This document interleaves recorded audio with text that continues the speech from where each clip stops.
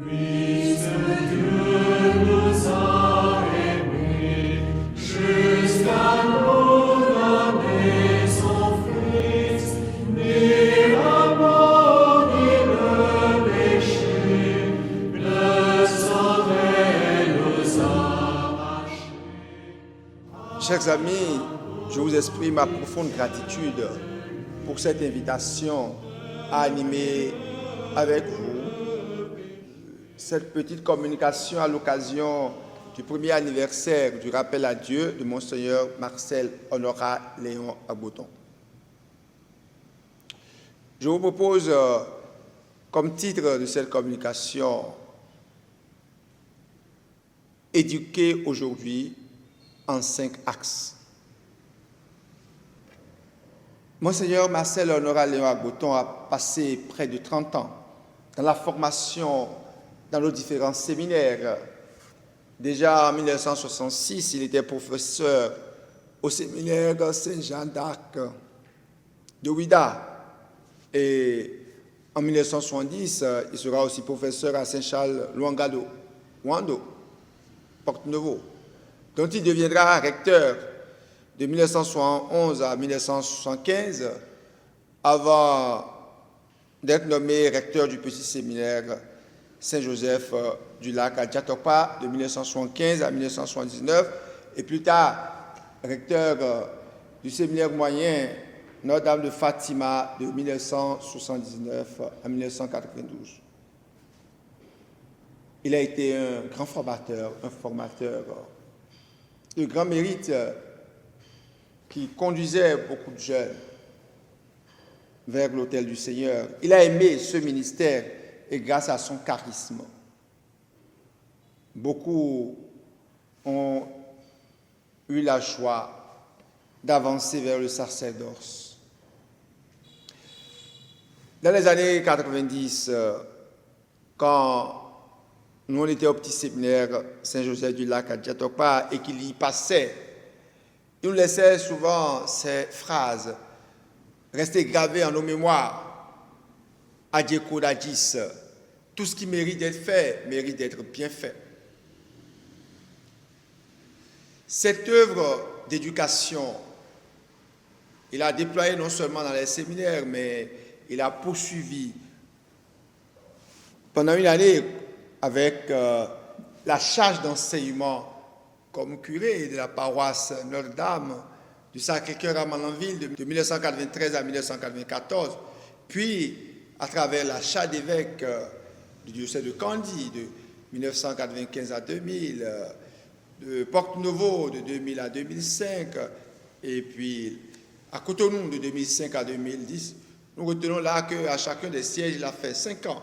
Et il est le seul évêque de notre pays à avoir assumé la charge de pasteur propre de 3 sièges. Cet amour pour la formation, il a poursuivi d'une certaine manière, même après avoir quitté dans les conditions que nous savons et qui nous déterminent, le ciel de Cotonou. Oui, on peut enseigner par la souffrance assumée.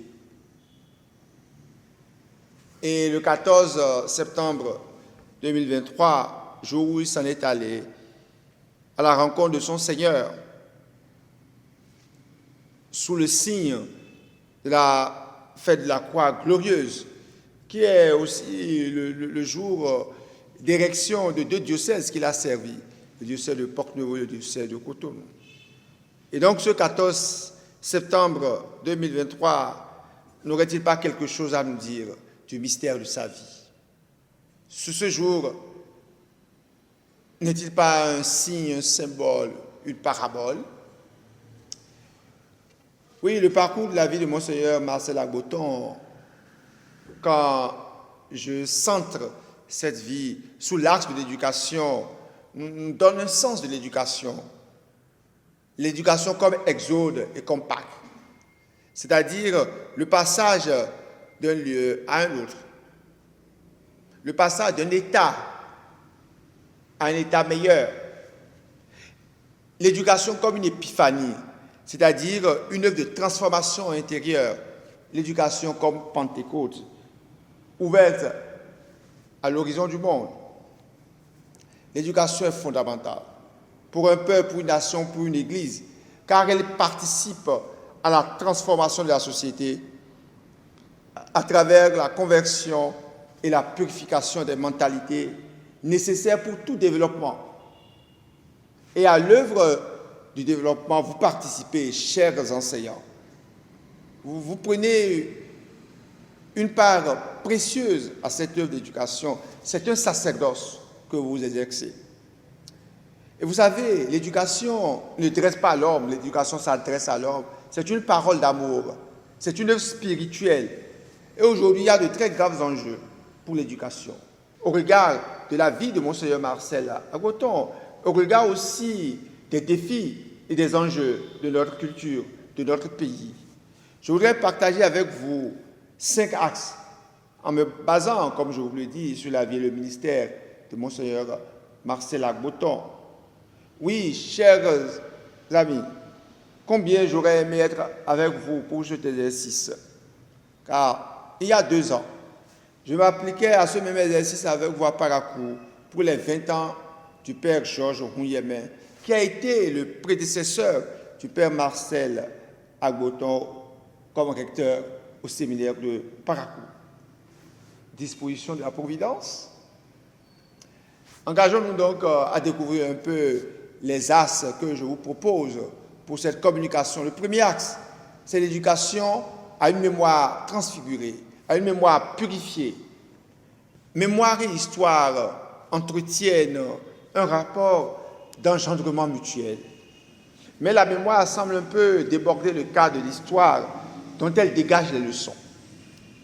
Des leçons capables de porter l'humanité à avancer pour ne pas retomber dans les erreurs et les errances du passé. La mémoire est à cet effet une dynamique religieuse, une dynamique sociale, une dynamique culturelle, une dynamique politique. Malheureusement, en Afrique, nous faisons très peu mémoire. La mémoire comme facteur de sens. Or, la mémoire, c'est la force des grands peuples. Mais notons que quelque chose germe et nous devons porter à éclosion, vous, enseignants, vous devez porter à éclosion ce qui germe, chers enseignants. À partir des leçons d'histoire, dégagez les grandes leçons de vie, de sens pour vos apprenants. Ne vous contentez pas seulement de leur faire apprendre l'histoire comme date et fait et personne ou personnage, mais évoquez avec eux ces événements comme avènements de sens.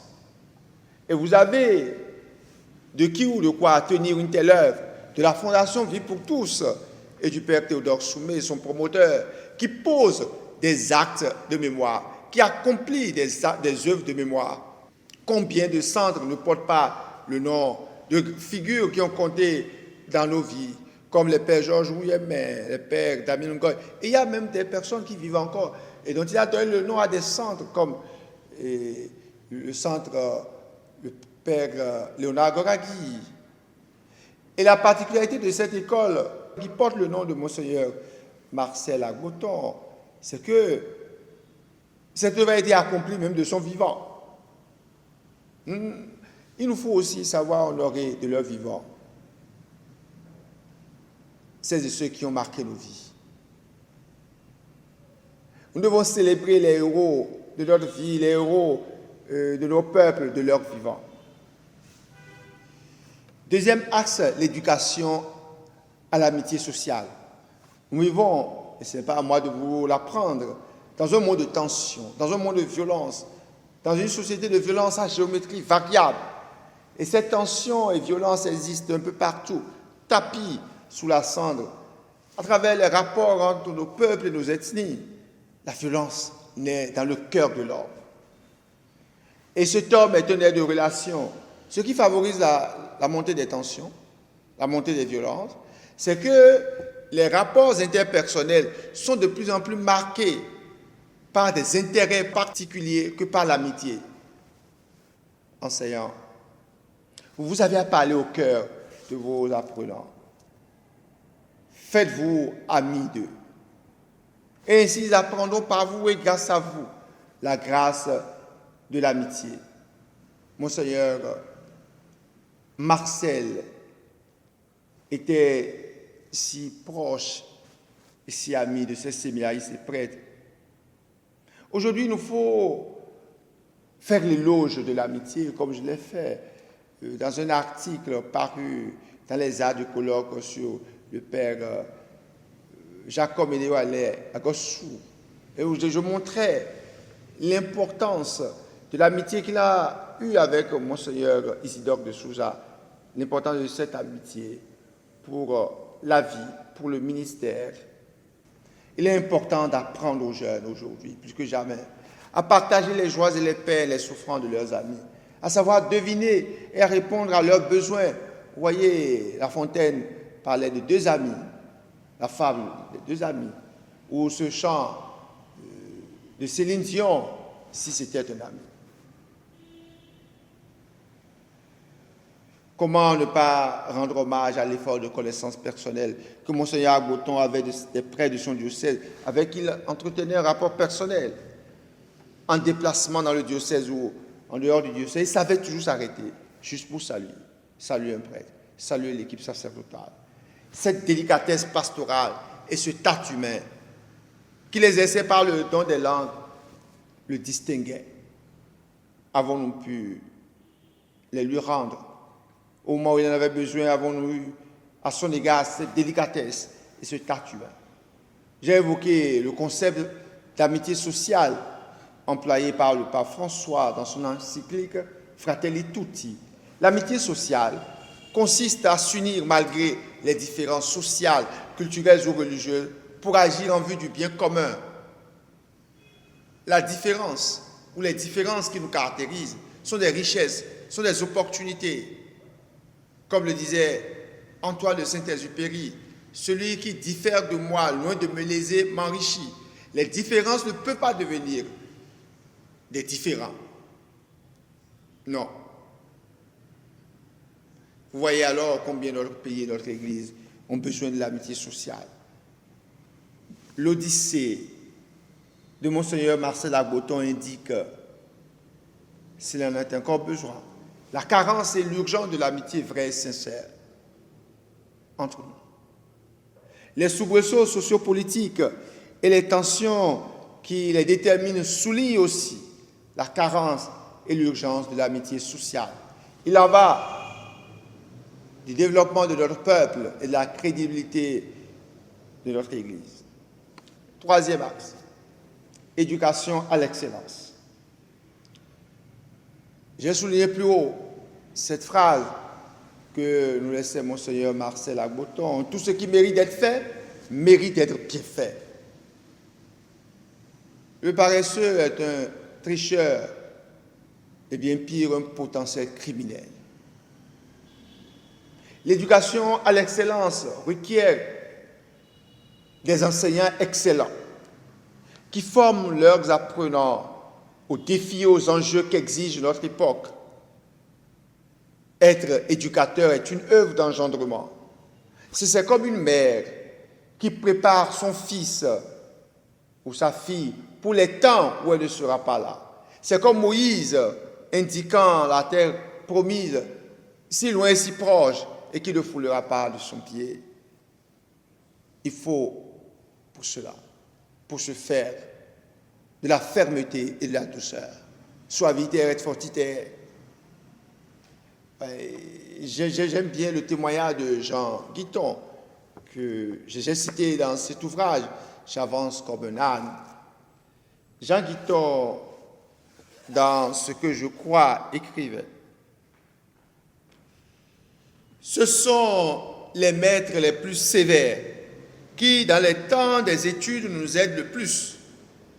Je n'ai jamais progressé dans la vie que dans les matières où mon adolescence avait connu des professeurs à la fois aimés et redoutables. Fin de citation. Je souhaite que vous deveniez des enseignants aimés et redoutables, ceux qui ont eu Monseigneur Marcel Agboton comme professeur et recteur savaient comment il était aimé et aussi ferme. Oui, chers enseignants, exigez l'excellence de vos apprenants, Même si nous vivons dans une culture qui semble écrémer les médiocres et promouvoir les courtisans incompétents, de même que ceux qui ne disent rien n'en pensent pas moins. C'est en faisant la promotion de l'excellence que nous allons décourager cette facilité à écrémer les médiocres. Nous sommes dans une culture où l'excellence irrite. C'est une des pesanteurs béantes de leur développement. Voyez, Héraclite le disait de son peuple. À l'époque où il vivait, son peuple se déterminait par ces phrases. Que nul ne soit ici le meilleur ou qu'il le soit ailleurs. Et c'est si vrai, c'est assez patent dans la vie de tous les jours. Que nul ne soit ici le meilleur ou qu'il le soit ailleurs. Et tous les moyens sont à l'ordre. Tous les coups sont permis pour atteindre ce mauvais objectif. Et ce n'est pas certainement la voie du développement de nos sociétés. Nous devons promouvoir la culture de l'excellence. Et c'est déjà dans les collèges. C'est là qu'ils vont soigner le cœur le cœur de ces jeunes. 4e axe, l'éducation à l'humanité. Nous connaissons bien cette phrase de Rabelais, science sans conscience n'est que ruine de l'âme. Oui, chers enseignants, ne faites pas seulement de vos apprenants des têtes pleines, mais des cœurs pleins. Pleins d'amour pour chaque homme et tout homme, pour chaque femme et toute femme. Des cœurs pleins, c'est-à-dire capables de présence vraie aux frères et sœurs éprouvés ou en situation, capables de respect de la dignité pour les plus petites personnes ou pour toute personne, même si elle se retrouve en délicatesse ou même si elle a tort. Parce que nous sommes tous faillibles. J'aime la belle expression du Père Soumé, nous sommes des miséricordieux, appelés à faire miséricorde aux autres. Malheureusement, nos mentalités souffrent d'un déficit chronique d'humanité. Nous souffrons d'une mise en quarantaine des personnes quand elles se trouvent en situation difficile. C'est un signe d'inhumanité, la mise en quarantaine des personnes qui se trouvent en difficulté. Et dans les collèges, dans les écoles, ne mettez en quarantaine aucun apprenant, quel que soit ce qui jalonne sa vie. Oui, nous prenons aujourd'hui légitimement les valeurs de nos cultures, mais nous ne devons pas être dupes par rapport aussi aux contre-valeurs qui les portent et les déterminent. Et parmi ces contre-valeurs, il y a cela, c'est le nivellement par le bas. Que nul ne soit ici le meilleur ou qu'il le soit ailleurs. C'est déjà à l'école qu'il faut soigner le cœur de nos jeunes et apprendre à leur cœur, à extirper de leur cœur les gemmes de la méchanceté. Oui, chers amis, il y a une certaine forme de méchanceté qui nous détermine. Une certaine forme de méchanceté qui n'est étrangère à aucune sphère. Monseigneur Isidore de Souza se demandait souvent pourquoi le Béninois est si intelligent dans la méchanceté. Et c'est le lieu de se poser de pareilles questions. Oui, chers enseignants, apprenez la bonté à vos apprenants. Comme le disait Victor Hugo à sa fille, les prodiges, sois bonne, ma fille. La bonté contient toutes les vertus. La bonté permet de supporter le bien de l'autre, qui qu'il soit, même s'il n'est pas de mon ethnie, même s'il n'est pas de mon parti, même s'il n'est pas de ma religion, de promouvoir le bien, de se réjouir du bien de l'autre, du bien que l'autre réalise, de ne pas être aigri, de savoir s'émerveiller devant tout ce qui est beau, de promouvoir l'attention à l'autre. Oui, l'école est nécessaire pour la promotion des valeurs. Répandez dans vos classes, offrez l'onction de la miséricorde, l'asile de l'amour. Nos sociétés en ont tant besoin.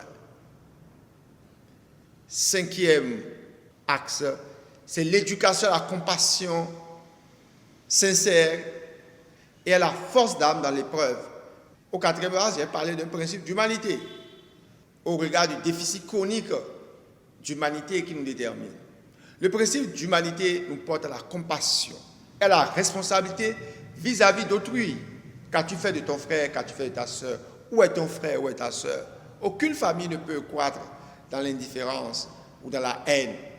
Comme l'évoquait chez nous ici, le pape Benoît XVI, de très lumineuse mémoire, au moment où il est venu signer la lettre encyclique Africae Monos pour toute l'Afrique.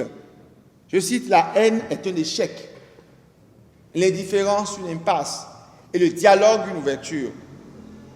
Là où fait défaut l'humanité, c'est l'animalité, c'est la sauvagerie. Et quand nous ne sommes pas témoins d'humanité, nous sommes complices du malheur où nos frères et sœurs se retrouvent. Le principe d'humanité donne une force d'âme dans l'épreuve. Et nous pouvons saluer cette force d'âme, quand même, de Monseigneur Marcel dans l'épreuve. Il faut apprendre à nos jeunes devenus aujourd'hui glédières, c'est-à-dire comme des mollusques sans vertèbres. Il faut leur apprendre la force d'âme dans l'épreuve. Il faut leur apprendre à avoir du cœur, c'est du courage, d'audace. J'ai écrit un livre, Jeunes osés, c'est le moment favorable. Alfred de Musset indiquait, je cite, l'homme est un apprenti, la douleur est son maître, et nul ne se connaît tant qu'il n'a pas souffert. Monseigneur Marcel Agboton a participé de manière active et aussi de manière passive, à sa manière, à la souffrance de la croix du Christ. Dans le silence, s'agissait-il de résignation? Ce n'est pas sûr. Car la souffrance bien assumée est purification. De son vivant, il a été dépouillé de tous les oripeaux de la charge d'évêque. Et c'est aussi dans l'épreuve que doit se manifester de manière active notre bonté, notre humanité. Je parlais tout à l'heure de la mise en quarantaine. Éviter de mettre en quarantaine les apprenants, même les récalcitrants. En conclusion, j'ai décliné devant vous quelques chantiers, que dis-je, quelques sentiers relatifs à l'éducation aujourd'hui. En mémoire de ce premier anniversaire de la mort de Monseigneur Marcel Léon Honorat Agboton, j'ai souligné comment la date du 14 septembre, jour où il est retourné à la maison du Père, était un symbole, un signe, une parabole, que nous ne devons pas oublier. Nous devons continuer à porter dans nos cœurs cette mémoire et à la porter à travers nos prières, à travers nos Eucharisties. Je vous félicite pour tout ce qui se fait dans cette dynamique à l'occasion de ce premier anniversaire et j'espère que beaucoup d'autres choses seront faites plus tard encore. Permettez-moi de remercier le Père Soumé pour cette belle opportunité de mémoire qui est un signe de son amitié.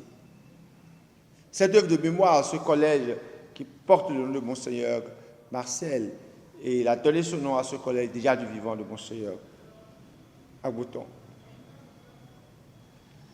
Je voudrais souhaiter encore et encore au Père Soumé le meilleur vœu pour ses 20 ans d'ordination sacerdotale le 6 août dernier, au jour de la transfiguration. La croix nous transfigure et c'est en vue de la croix qu'il y a eu la transfiguration. Au jour de l'ordination, nous écoutons ces paroles empreintes de gravité lors de la remise de la patène et du calice. Je cite, « Conformez-vous au mystère de la croix du Christ ». Fin de citation. Monseigneur Marcel s'est conformé à sa manière au mystère de la croix du Christ. Et ces paroles ne les a pas seulement dites lors des ordinations, il les a vécues. Et d'une certaine manière, le Père Soumé aussi vit cette parole en ce jour de la croix glorieuse. Quelle heureuse expérience de vie de prêtre. Et cette expérience de vie de prêtre te fait prendre conscience, plus que beaucoup, du devoir de présence face à toute vulnérabilité. Vulnérabilité liée à notre être humain et à notre être sacerdotal. Comme devoir d'assistance à quiconque se retrouve en des moments difficiles de son parcours, de son odyssée, quelles que soient les vicissitudes, les épreuves du parcours. à toute personne qui se retrouve à la marge, aux périphéries. Souvent, c'est de la marge que s'élance la marche. Tout concourt au bien de qui aime Dieu. Honorer nos ancêtres est une bénédiction. Et ces œuvres de mémoire que pose la Fondation Vie pour tous et que pose le Père Choumet sont des bénédictions. Comme le recommande la lettre aux Hébreux par rapport à nos ancêtres, Hébreux 13:7, souvenez-vous de ceux qui vous ont dirigés. Ils vous ont annoncé la parole de Dieu. Méditez sur l'aboutissement de la vie qu'ils ont menée et imitez leur foi. Tu vois, cher Père Choumet, Théodore, comment tu t'engages et tu t'évertues à honorer ici nos ancêtres et comment ailleurs d'autres t'ont honoré pour tes 20 ans. D'Oukinaltoum à la Fondation Vie pour tous, d'Oukinaltoum à cette œuvre de mémoire, d'Oukinaltoum au collège Monseigneur Marcel Aboton, d'Oukinaltoum à toi, frère et ami Théodore. Je vous remercie.